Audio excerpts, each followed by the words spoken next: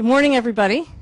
Thank you for being so brave and alert and coming to the very first session at 8 a.m. on day one. We really appreciate your presence here. My name is Nalini Anand. I'm the, well, you can see up there, I won't repeat my title, but I'm here representing the Fogarty International Center at the National Institutes of Health. And we're really, really happy to be here and join you for this discussion. We're excited for a number of reasons, but really it's to hopefully, for those of you who are at the beginning or middle of your careers, to stimulate your interest in thinking about global health in emergency medicine and research opportunities. And for those of you who've been doing it for a long time, just please keep on. We're also excited because, as you can see here, the icon on my slide, Fogarty at 50, we just turned 50 years old this year. So it's been a chance for us to reflect back and think about future priorities, but investments, albeit small, and I'll talk about how we fit into the NIH soon. We are the smallest center at NIH, yet we have been investing in building capacity in trauma and injury research now for several years, and continue to see that as a priority.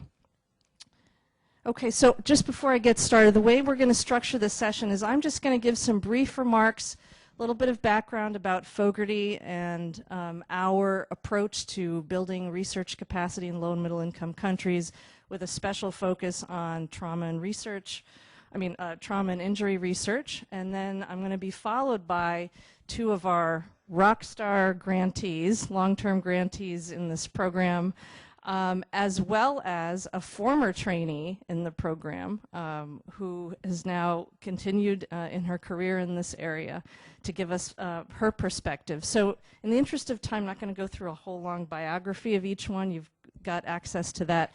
But I'll just say I'm going to be followed by Dr. John Mark Hirshon, who's the professor in the Department of Emergency Medicine and in the Department of Epidemiology and Public Health at the University of Maryland School of Medicine. He will be followed by Dr. Junaid Razak, who is a professor of emergency medicine at the Johns Hopkins University School of Medicine. He also happens to be a visiting scientist at the Fogarty International Center, which is how we've gotten to know each other much better.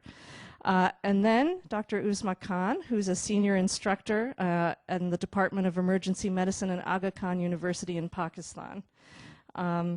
She has a medical background as well as an epidemiologist and is now a current PhD candidate at the Karolinska Institute. So we're just thrilled to have all three of them here. I'm going to give sort of a high-level introduction, and they're going to really put the meat on the bones and bring it to life for you. All right, so briefly, you probably all know this, but the NIH is a little bit like a fiefdom with 26 different institutes and centers, most of whom focus on a specific disease area or areas of disease. Fogarty is the smallest of all of the 26, but arguably has the largest constituency. So we've got all of the world, in that our mission is to promote research and research training, capacity building for global health research. That includes both U.S. scientists that want to do research in low and middle income countries, as well as training low and middle income country researchers. Okay, but we are the only center that exclusively focuses on global health. I will say that several of these other institutes that you see up here actually invest more dollar-wise in global health, and we often partner with them on our various programs, but we are the only ones with that exclusive focus. All right, I won't run through every single goal in detail here, but just to give you a sense of our overarching priorities, and goal number one really encapsulates our raison d'etre. It's our unique niche at the NIH, which is building research capacity in global health. That's another thing. Most of the other institutes, they might do a little bit of that, but mainly they have a research focus. So if they need trained researchers either in the US or on the ground to conduct research in low and middle income countries, often they'll partner with us. Also a focus on stimulating innovation through new technologies, a focus on implementation science. So really how do you bring to scale those interventions that have been proven in a controlled clinical setting? how do you actually implement them across diverse settings and scale them up? This is a real challenge. Advanced research on the dual burden of communicable and non-communicable diseases, and I would add an I there, non-communicable diseases and injury, and build and strengthen partnerships, and that's across the NIH, that's with other government agencies, other funding agencies.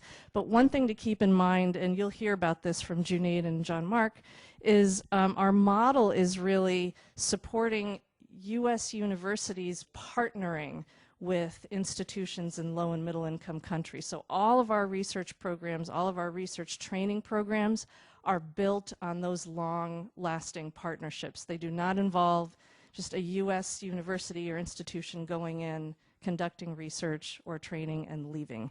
That is not our model. Okay, again, I'm not going to list out every program, but the point of this slide is really to show you the diversity in the Fogarty research portfolio. So we do have a relatively small research portfolio in terms of dollars, and I say that because our niche, as I mentioned, is really capacity building. But we do have some smaller research programs that are listed here. You can see from this slide that we really do not have a disease-specific mission. I mean, it's all across the board. Also, the research environment, so programs that really undercut research no matter what area that you're in. Research training, as you can see, and I highlighted for you in red why we're all here today, thinking about global injury and trauma research training. And then a few career development programs. So the NIH has some of these career development programs to really ensure that the career pipeline is being addressed all the way from, you know, the baccalaureate through to postdoc, advanced postdoc training. We don't have a lot of them, but we do have some. All right, so again, I'll just mention a few, draw out a few of these that are particularly important to us as we invest in global health research. One is long-term.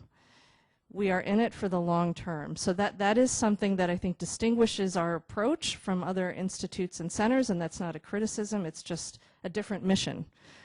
So other larger institutes might need to invest in research capacity to conduct a large clinical trial in a developing country. So they go in and they invest a lot of resources in building the workforce and the infrastructure to do that trial, or to, you know, do work on that particular disease area. And then once that's done, they're out. That's just the nature of their mission. Our mission is to build long-term sustainable research capacity. So we really have an eye towards, I mean, grants of course have to be recompeted and renewed if they're successful, but many of our grants are 10, 15, 20 years old, and you can see then how you're training the trainers at that point, and you're really building long-term capacity. They're flexible in the sense that we really look to the applicants to articulate what it is that they need to do in terms of building that capacity and what are their research priorities. So we really try not to dictate that in our funding opportunity announcements and allow the potential applicants to articulate what their highest priorities are on the ground. And then eventually what we'd like to do is see the sort of the critical mass of expertise get transferred to the low and middle income country. That's the long-term, long-range goal, but it takes a long time to do that. Okay, so for those of you that do this already, you'll understand it's, you know, research training is not in a silo. It's built within a larger ecosystem of research, which you need to have in order to train researchers to do a particular kind of research. It spans across a spectrum of what type of training you're doing, and then you absolutely need the research infrastructure in order to carry it out. So we do take a broader view in terms of our program announcements and then what we look for from the applicants.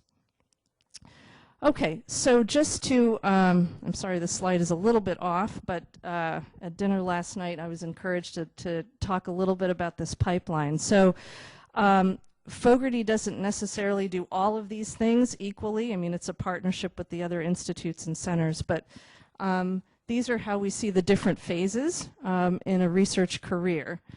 And what we're really looking for along this spectrum is trying to give junior and mid-level researchers protected time to conduct research in low and middle income countries, which is not easy to come by, we understand.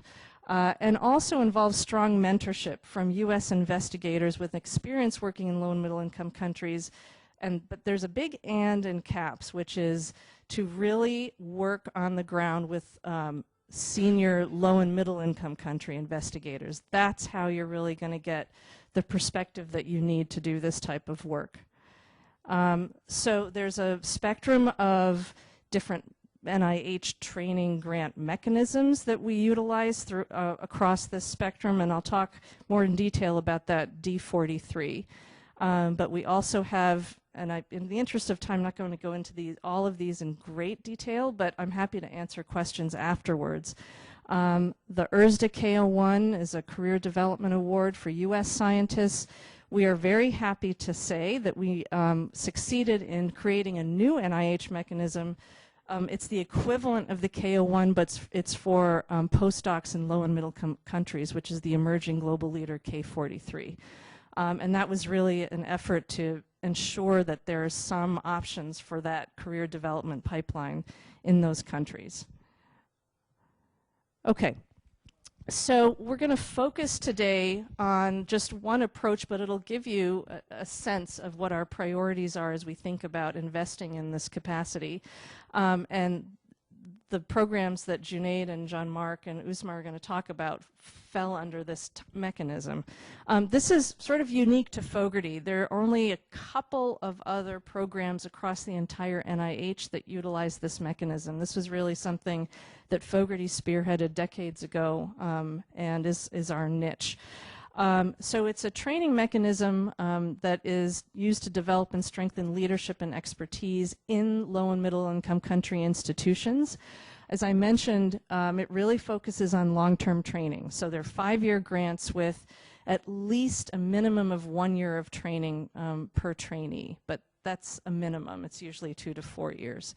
And the goal here, and it's hard to do it in 5 years, you all will attest to that, and that's why many times these are renewed. They have to apply again, but they're renewed so that over 10 or 15 years you really are building that leadership capacity. Applicants also have to demonstrate a critical mass of research grants upon which the training is built. And in some programs, it depends on the program, it depends on the maturity of the program, but as I mentioned, the end goal is to start moving the center of activity to the low and middle income country. So in some programs, the lead PI can actually be from the foreign institution. This gives you a sense, so we do have a program in trauma and injury research training that started in 2005 and is continuing through today. This gives you a sense of just the geographic scope of where all the grants have been. So you can see it's a pretty diverse group of grants, but really as in line with what I was saying earlier, it's to support training, mentored research, and then fostering in-country trauma research networks, which I think both of our presenters have examples of. Now, within the trauma and injury research program, that's already very broad. But again, as I mentioned earlier, we do not dictate exactly what areas applicants have to focus on. So we count on that coming from the ground up. And at the current time, there are 4 grants that are emergency care focused. You'll hear about 2 of them today, but it just gives you a sense of, again, the geographic diversity. On the left, I've just included a graphic that illustrates the types of areas that trainees have been trained in. It's a training grant, so it's hard for us to, publication metric is not actually the best metric for this. So don't read too much into the size of the circles. This was more just to give you a sense of the diversity of areas that people have been trained in under this program. Okay, and this is my last slide. This is really, and it's my favorite slide, because I think it's quite compelling, the types of outcomes and outputs that have been generated by this program to date. This is just within 10 years. This is not 20 years. Publications, and as I mentioned, long-term trainees, 280. The registries that I mentioned, 5 grants established centers dedicated to trauma and injury research. And 2 became WHO research centers. And then going down in terms of outcomes, we really have seen some compelling examples of how researchers and trainees have informed policy and program. So they participated in guidelines for hospitals, and you can see at the bottom that example of the Colombian law.